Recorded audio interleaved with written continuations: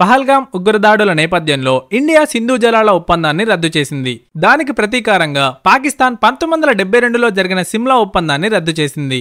అసలు ఆ సిమ్లా ఒప్పందంలో ఏముందంటే 1971లో పాకిస్తాన్ నుండి బంగ్లాదేశ్ కు విముక్తి కోసం బంగ్లాదేశ్ లిబరేషన్ వార్ జరిగింది. ఆ యుద్ధంలో బంగ్లాదేశ్ కు సపోర్ట్ గా పాకిస్తాన్ తో ఇండియా యుద్ధం చేసి పాకిస్తాన్ కు చెందిన 1300 కిలోమీటర్ల భూభాగాన్ని ఆక్రమించి పాకిస్తాన్ ని ఓడించింది. 1971 ఇండియా పాక్ వార్ తర్వాత రెండు దేశాల మధ్యనున్న సమస్యలను శాంతియుతంగా పరిష్కరించుకోవాలని 1972 జూలై 2న అప్పటి భారత ప్రధాని ఇందిరాగాంధీ పాక్ ప్రధాని అయిన జుల్ఫికర్ అలీ భుట్టో సిమ్లా ఒప్పందంలో సంతకాలు చేశారు. ఈ ఒప్పందంలో ఉన్న విషయాలేంటంటే ఇప్పుడు భారత్ ఆక్రమించిన 13,000 కిలోమీటర్ల ప్రాంతాన్ని తిరిగి పాకిస్తాన్ కి ఇవ్వడం, పాక్ ఆక్రమిత కాశ్మీర్ మరియు ఇండియా మధ్య ఒక బార్డర్ ను డిసైడ్ చేయడం, అదే లైన్ ఆఫ్ కంట్రోల్ LOC.